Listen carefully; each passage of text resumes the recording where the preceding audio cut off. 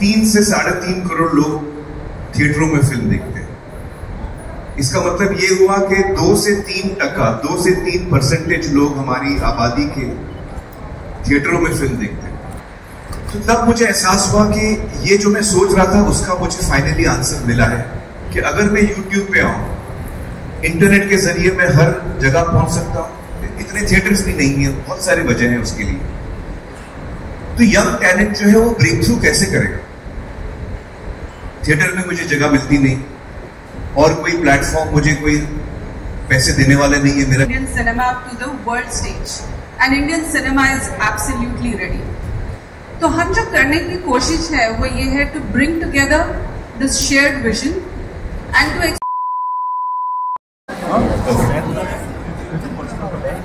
दोस्तों, बहुत बहुत शुक्रिया आप लोग आए मेरे न्योते पे। Thank you so much for coming here.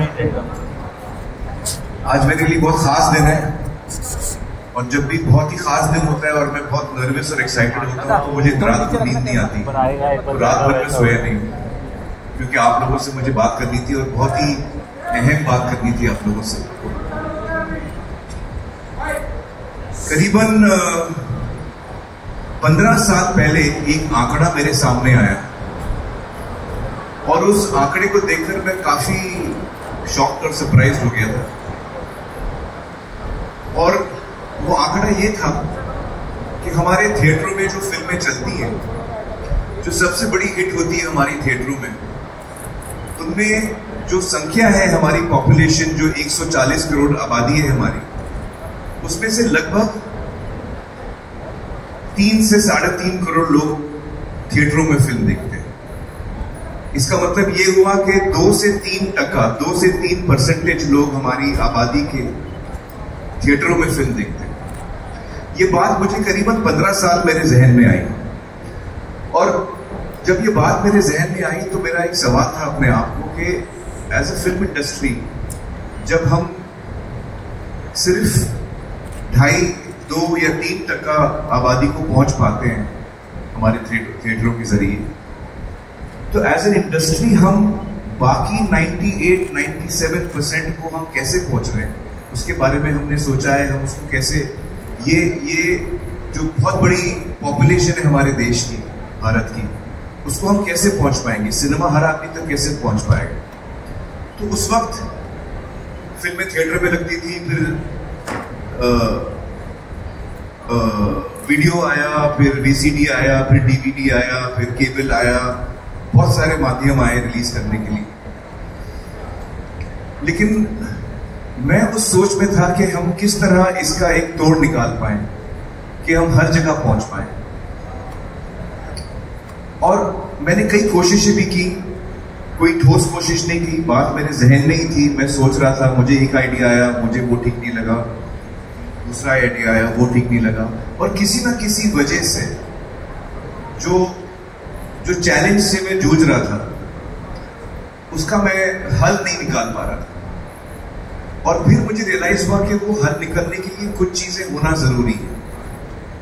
और फिर हमारी सरकार ने UPI लाया, और जब UPI आया हिंदुस्तान में तो इलेक्ट्रॉनिक पेमेंट्स, जो हम डिजिटल पेमेंट्स जिसको हम कहते हैं, वो बहुत आसान हो गया। आज हिंदुस्तान पूरे वर्ल्ड में नंबर 1 कंट्री है इलेक्ट्रॉनिक पेमेंट्स के लिए। तो ये एक बहुत बड़ा चेंज आया। दूसरा जो चेंज आया वो ये कि इंटरनेट पेनिट्रेशन बढ़ते गया। आज हमारा इंटरनेट पेनिट्रेशन बहुत ज्यादा है और हर रोज बढ़ रहा है।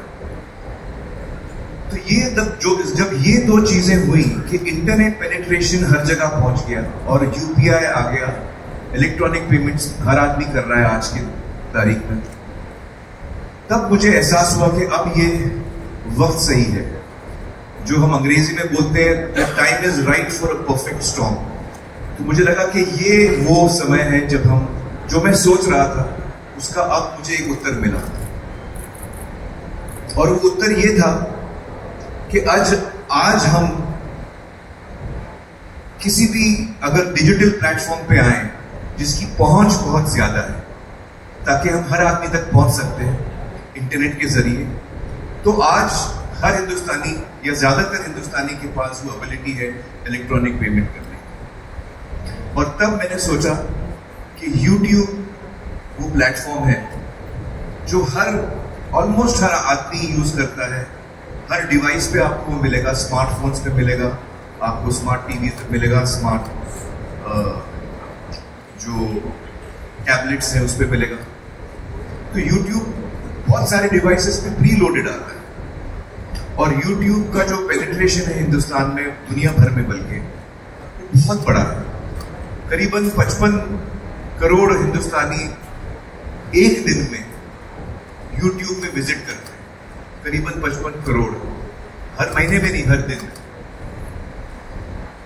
तो तब मुझे एहसास हुआ कि ये जो मैं सोच रहा था उसका मुझे फाइनली आंसर मिला है कि अगर मैं YouTube पे आऊं, इंटरनेट के जरिए मैं हर जगह पहुंच सकता हूं और UPI आने के बाद इलेक्ट्रॉनिक पेमेंट्स हर हिंदुस्तानी कर सकता है।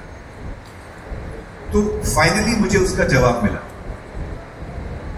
और उसका मैं मॉडल सोच रहा था कि वो मॉडल क्या होना चाहिए। देखिए, डिजिटल तो काफी टाइम से आ गया है और डिजिटल पे काफी एंटरटेनमेंट भी हम देखते हैं।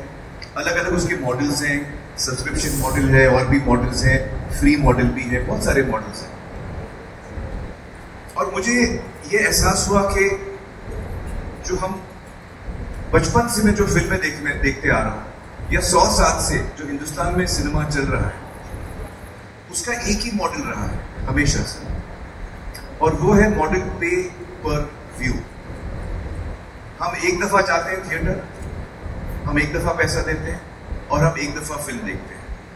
तो अंग्रेजी में उसको कहते हैं पे पर व्यू। आप एक दफा टिकट खरीदते हैं, आप एक दफा फिल्म देखते हैं, इसको कहते हैं पे पर व्यू मॉडल या ऑन डिमांड। तो मुझे लगा कि जिस तरीके से हम आमतौर पर फिल्म देखते आ रहे हैं, वही मॉडल को मैं अपनी ऑडियंस तक ले जाना चाहता हूं। पहले वो थिएटर में जाके पे पर व्यू करते थे, एक दफा पैसा दे के एक दफा थिएटर देखते थे, फिल्म देखते थे, अपनी पसंद की फिल्म देखते थे। और वही सुविधा, वही फैसिलिटी मैं हर एक हिंदुस्तानी तक पहुंचाना चाहता हूं। और मुझे समझ में आया कि ये मॉडल पे पर व्यू का जो आज तक चला आ रहा है, वही मॉडल मैं कंटिन्यू करना चाहूंगा YouTube पर। और इसी सोच से कुछ महीने पहले मैंने आमिर खान टॉकीज लॉन्च किया। आमिर खान टॉकीज कुछ महीने पहले लॉन्च हुआ, उस पर काफी मटेरियल है जो आप देख सकते हैं। उसका नाम मैंने टॉकीज इसलिए रखा था क्योंकि मुझे पता था कि कुछ महीने बाद मैं अपनी फिल्म यहां पर रिलीज करने वाला हूं। तो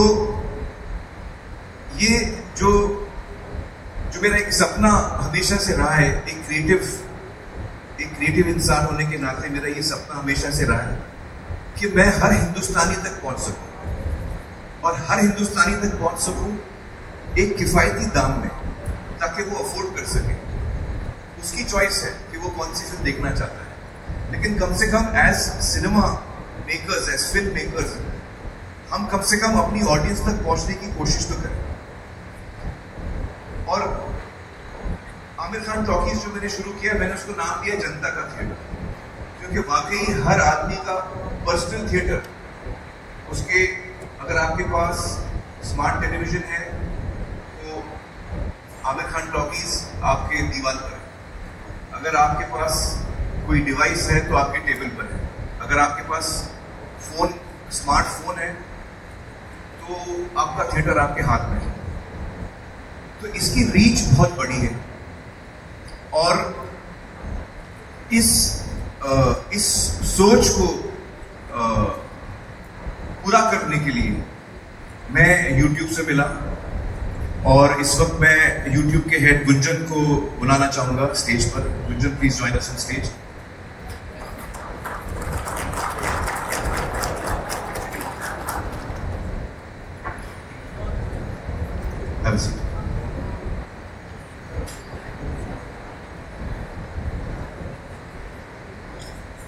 तो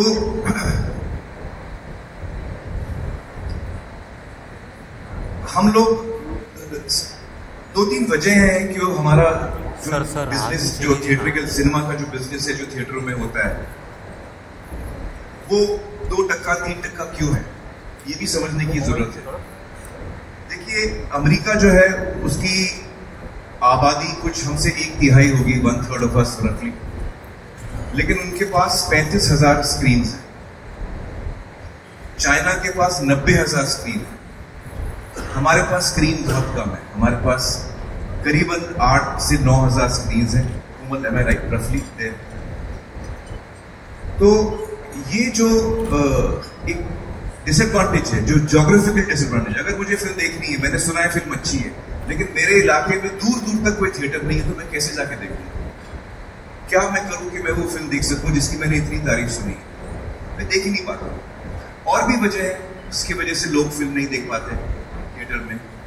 कुछ लोग उस वक्त जब थिएटर में चल रही है फिल्म या रिलीज होती है, तो कुछ लोगों की तबीयत ठीक नहीं होती, कुछ लोग एल्डरली होते हैं, अलग अलग वजह से कुछ लोग थिएटर नहीं जा पाते। सबसे बड़ी वजह मुझे लगता है कि जो डेंसिटी ऑफ थिएटर्स है वो शायद सबसे बड़ी वजह है।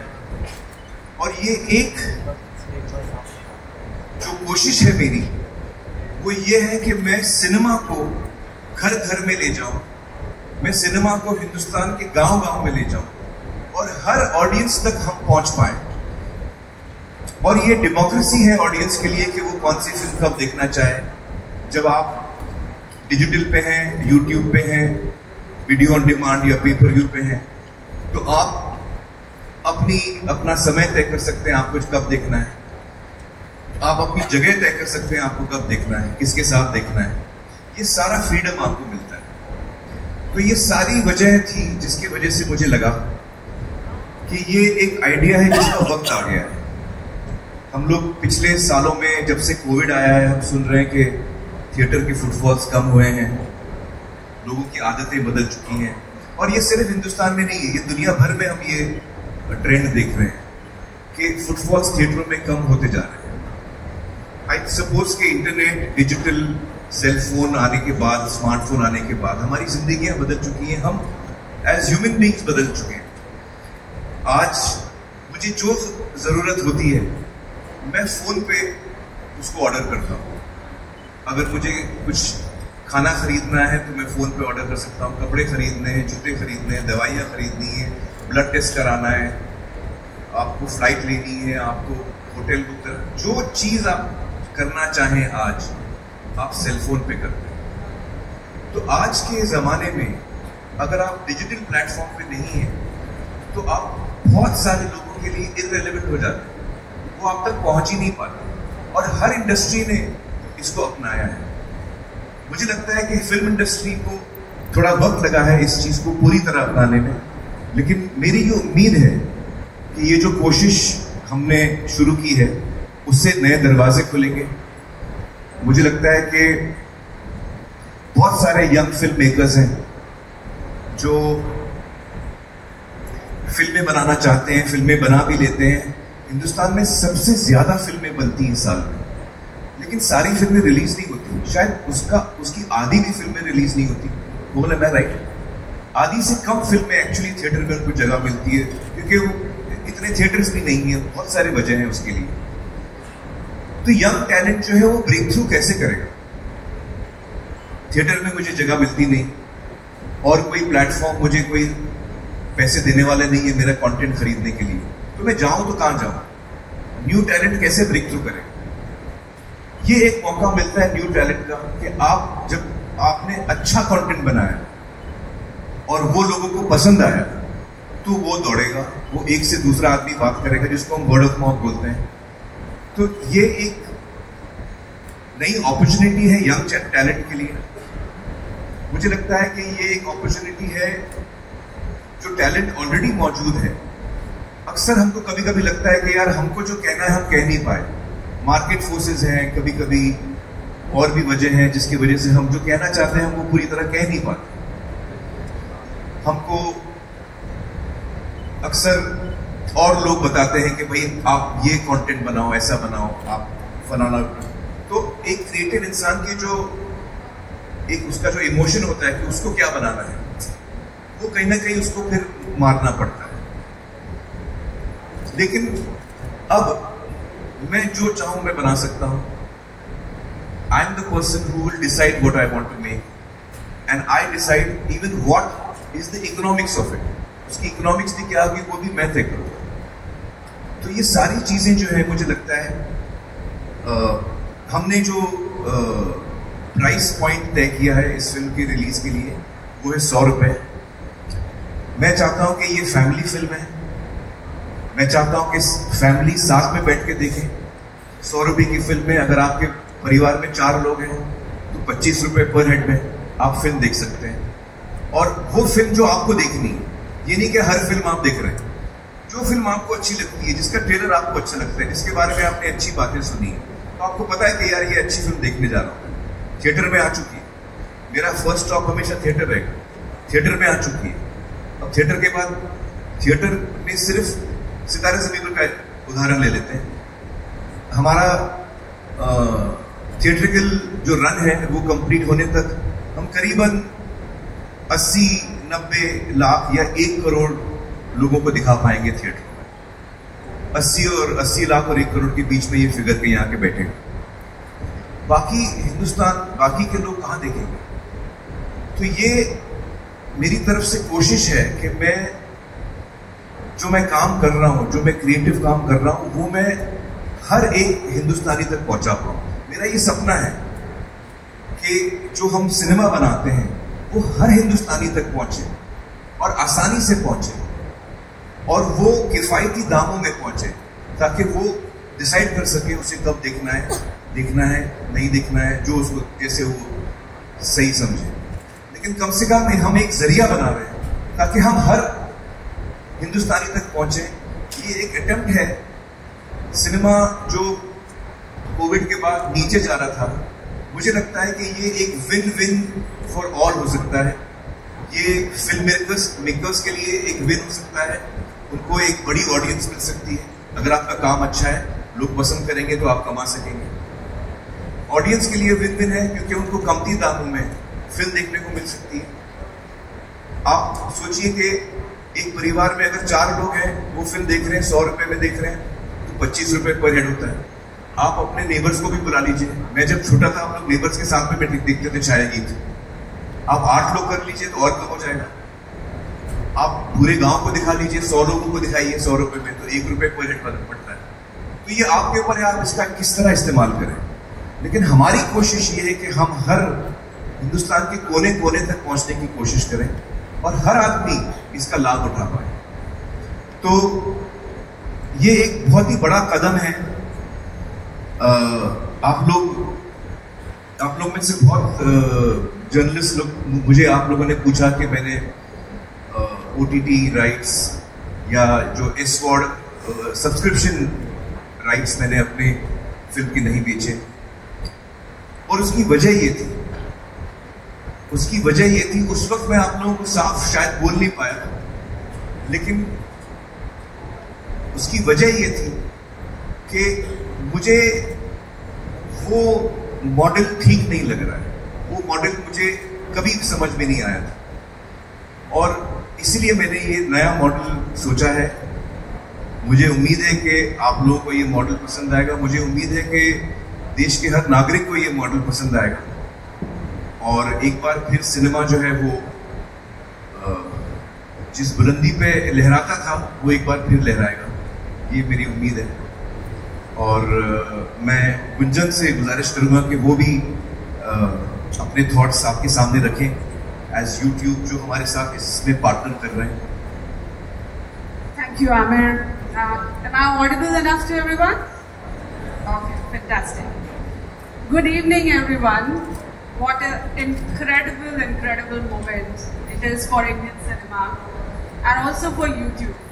आमिर ने आपके साथ अभी एकदम ब्लॉकबस्टर न्यूज शेयर कर दी है that सितारे ज़मीं पर is making its debut on YouTube on 1st of August directly after its theatrical release. And on behalf of everyone in YouTube, I'm very happy and proud to say that we couldn't be more thrilled. We're so excited to partner with you, Amir. Aamir की जो ये vision है, जो 15 साल से ये सपना चल रहा है, this democratization is a very powerful word. This is about making the stories of Indian cinema or her storyteller की story available to everyone, everywhere.